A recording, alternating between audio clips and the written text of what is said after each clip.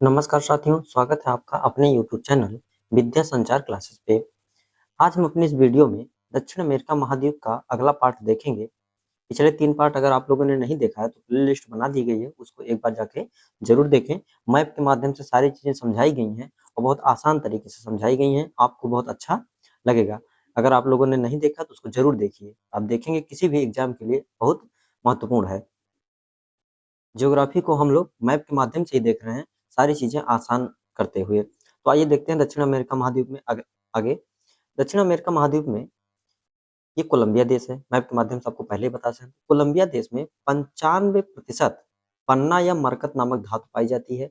ये पूरी दुनिया में 95% पन्ना और मरकत धातु है। पन्ना क्या होता है? एक हरा प्रकार मतलब हरा टाइप का धातु होता है, तो कोलंबिया उसमें विश्व में पूरे अग्रणी है।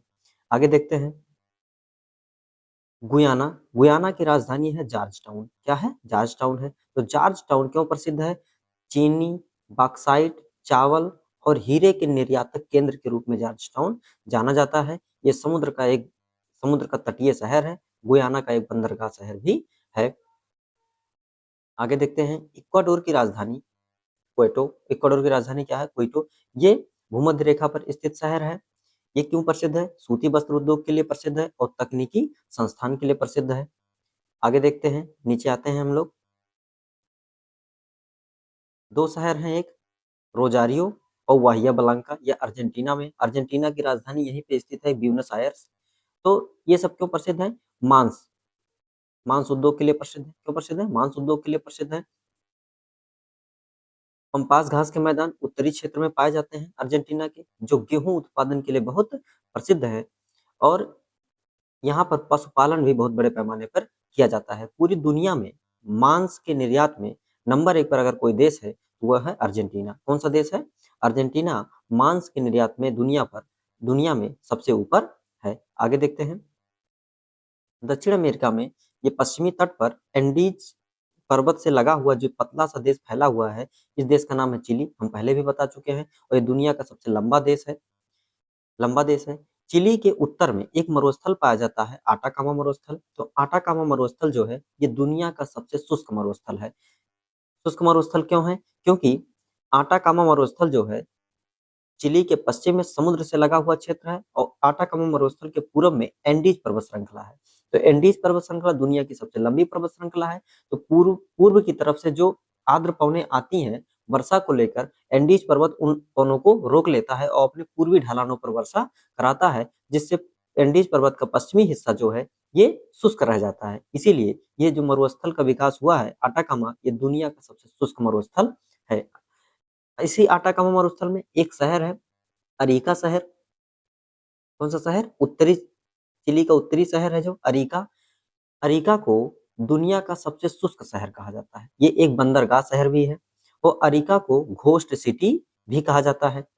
अरीका के नीचे एक शहर है इक्विके। कौन सा शहर है? इक्विके। इक्विके के नीचे एक शहर है चिकविकमाटा। कौन सा शहर है? चिकविकमाटा। चिकविकमाटा को विश्व की तांबे की राजधानी कहा जाता है, क्योंकि इस क्षेत्र में तांबा का उत्पादन बहुत ज्यादा होता है। आटाकामा मरुस्थल में शुष्क होने के कारण यहाँ पर नाइट्रेट का बहुत बड़ा भंडार पाया जाता है। दुनिया में सबसे ज्यादा नाइट्रेट का भंडार अगर पाया जाता है तो इस आटाकामा मरुस्थल में पाया जाता है। यहाँ वर्षा बहुत कम होती है और वर्षा ना होने के कारण ही यहाँ पर नाइट्रेट का भंडार पाया जाता है। चिकविकमाटा के नीचे टोकोपिल्ला शहर है और टोकोपिल्ला के शहर के नीचे अंटोफेगस्टा शहर है। तो इन शहरों का क्रम भी याद रखिएगा। कभी कभी पूछ लेता है कि आटाकामा मरुस्थल में स्थित जो शहर है उनका उत्तर से दक्षिण क्रम लगाइए, तो आप लोग इसको याद रखिएगा। फिर सैंटियागो जो चिली की राजधानी है और चिली के ही पश्चिम में एक शहर है वल्फरेजो। क्या है? वेल्परेजो। ये भी एक बंदरगाह शहर है। और सैंटियागो वेल्परेजो ये मध्य चिली में पाए जाते हैं। और मध्य चिली में कौन सी जलवायु पाई जाती है? भूमध्य सागरीय जलवायु पाई जाती है और इस क्षेत्र में शीत ऋतु मतलब जाड़े में वर्षा होती है। ये सब हम लोगों ने देखा। अब आगे और चीजें देखते हैं अर्जेंटीना के बारे में। तो अर्जेंटीना के उत्तरी क्षेत्र में जहाँ चाको का मैदान पाया जाता है, और चाको का मैदान किसके लिए प्रसिद्ध है? कपास उत्पादन के लिए प्रसिद्ध है। अर्जेंटीना में ही पंपास घास के मैदान पाए जाते हैं, ये समशीतोष्ण घास के मैदान है। गेहूं उत्पादन के लिए बहुत प्रसिद्ध है। यहाँ के अधिकतर भाग की जलवायु शीतोष्ण है। अर्जेंटीना की अधिकतर भाग की जलवायु शीतोष्ण क्यों है? क्योंकि मकर रेखा इसके उत्तर से गुजरती है। ज्यादातर भाग अर्जेंटीना का मकर रेखा के दक्षिण में स्थित है। रोजारियो तथा ब्यूनस आयर्स में मांस प्रसंस्करण एक प्रमुख उद्योग है। अभी हम ऊपर आपको बताएं कि अर्जेंटीना मांस के निर्यात में दुनिया में नंबर 1 पर है। पूर्व के आर्द्र क्षेत्रों पूर्व के आर्द्र क्षेत्रों के पशुपालकों को ग्वांचो कहा जाता है। क्या कहा जाता है? या तो ग्वांचो या तो ग्वांको कहा जाता है। यहाँ के पशुओं के लिए अल्फा अल्फा नामक घास भी उगाई जाती है। ये आईएएस में पूछा गया क्वेश्चन है, तो इसको आप लोग जरूर याद रखिएगा। आगे देखते हैं। दक्षिण अमेरिका में काफी उत्पादक 4 देश, ये भी एग्जाम में पूछा गया है, पीसीएस एग्जाम में। ये टॉप 4 कौन से देश हैं जो काफी उत्पादन में नंबर 1 है? तो नंबर 1 कॉफी उत्पादन में ब्राजील, कोलंबिया, पेरू, इक्वाडोर। कभी कभी क्या होता है, दक्षिण अमेरिका महाद्वीप का सबसे बड़ा काफी उत्पादक देश तो आपको पता हो गया ब्राजील है। लेकिन कभी कभी क्या देता है, ब्राजील नहीं देता है, सीधा पूछ लेता है कि दूसरा काफी उत्पादक सबसे बड़ा राज्य कौन सा है, देश कौन सा है? तो आप क्या बताएंगे? कोलंबिया देश है। आगे है टॉप तेल उत्पादक देश। दक्षिण अमेरिका के जो तेल उत्पादन में नंबर 1 पर है वो कौन कौन से हैं? उत्पादन की बात हो रहा है, भंडारण की बात नहीं हो रहा है। उत्पादन में नंबर 1 पर है ब्राजील, फिर वेनेजुएला, फिर कोलंबिया, फिर अर्जेंटीना। लेकिन अगर भंडार की बात आएगी, तेल भंडार में कौन सा देश नंबर 1 पर है दक्षिण अमेरिका में? तो आप बताएंगे वेनेजुएला, फिर ब्राजील, फिर कोलंबिया आता है। तो भंडार के मामले में वेनेजुएला बहुत ऊपर, पूरे विश्व में सबसे ज्यादा तेल भंडार अगर किसी के पास है तो किसके पास है? वेनेजुएला है। लेकिन आर्थिक तंगी की वजह से ये अपने तेल को निकाल नहीं पा रहा है और ना ही दुनिया को बेच पा रहा है। आगे देखते हैं। अमेजिन बेसिन के लोगों का मुख्य आहार क्या है? मेनियोक है। क्या है? मेनियोक है। और मेनियोक को ही कसावा भी कहा जाता है। यहाँ के अमेजन बेसिन के लोगों का मुख्य आहार अमेजन नदी, ब्राजील, ज्यादातर मुख्यतः ब्राजील से गुजरती है। आप लोग पिछले क्लास में देख चुके होंगे अमेजन नदी के बारे में। एक बार वापस जाके देख लीजिएगा तो सारी चीजें फिर से याद आ जाएंगी। एंडीज पर्वत के पूर्वी ढलानों, मतलब पूर्व की तरफ वनों को क्या कहा जाता है? मोन्टाना कहा जाता है। एग्जाम में पूछा गया है। ब्राजील की अमापान अमापा क्या है? अमापा, सॉरी ये अमापान लिख उठा है तो ये केवल अमापा कर लीजिएगा, अमापान नहीं है।